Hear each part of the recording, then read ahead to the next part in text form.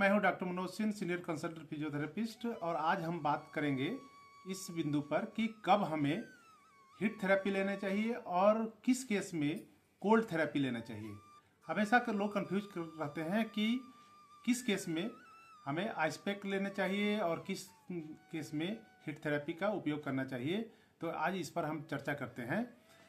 सबसे इसको हम इस तरह से समझ सकते हैं कि जब हमें किसी तरह का चोट मोच होता है और उस क्षेत्र में इन्फ्लामेशन हो जाता है, वहाँ पर पेन, स्वेलिंग, रेडनेस इस तरह का जब देखा जाता है तो 48 घंटे से पहले हम इसे एक्यूट केस मानते हैं और एक्यूट केस में हमें कोल्ड थेरेपी लेना चाहिए।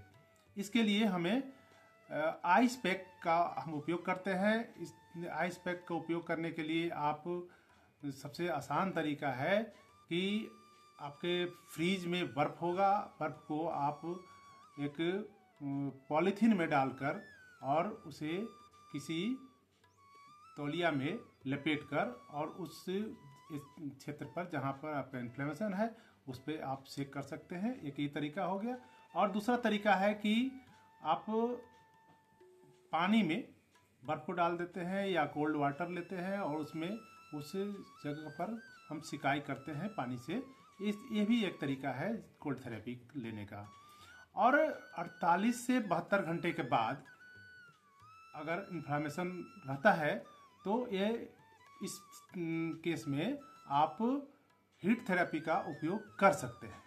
हीट थेरेपी के लिए आप घर में गर्म पानी से सेकाई कर सकते हैं, हीट पैड का उपयोग कर सकते हैं या और दूसरे कोई भी अपरेटस है तो इसे आप सेकाई कर सकते हैं। अपने घर में हीट थेरेपी लेने का सबसे अच्छा तरीका मॉइस्ट हीट होता है। इसी मॉइस्ट हीट लेने के लिए आपको गर्म पानी में तौलिया को डालना है और फिर तौलिया को निचोड़ कर और जिस क्षेत्र में इन्फ्लामेशन है, दर्द है, उस क्षेत्र में उस पर लपेट दें, तौलिया को लपेट देंगे। तो जब तक गर्म रहता है तब तक आप उसका हीट लें और फिर उसको निकाल के फिर से गर्म पानी में डालें और फिर से उसको निचोड़ कर और उस क्षेत्र में लपेट दें या उस जगह पर तौलिया को रख दें।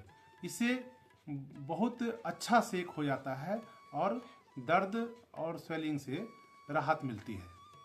तो आपको हमेशा ख्याल रखना है कि जो एक्यूट केस है उसमें कोल्ड थेरेपी का उपयोग करते हैं हम, और जो क्रोनिक केस में हीट थेरेपी का उपयोग करते हैं तो हमें राहत मिलती है। और जब हम दोनों ही केस में दोनों ही तरह से जब आप सिकाई करते हैं तो इससे इन्फ्लामेशन सबसाइड करता है और पेन, स्वेलिंग जो इस एरिया में है उस धीरे धीरे कम होने लगता है और आप दर्द से राहत पा सकते हैं।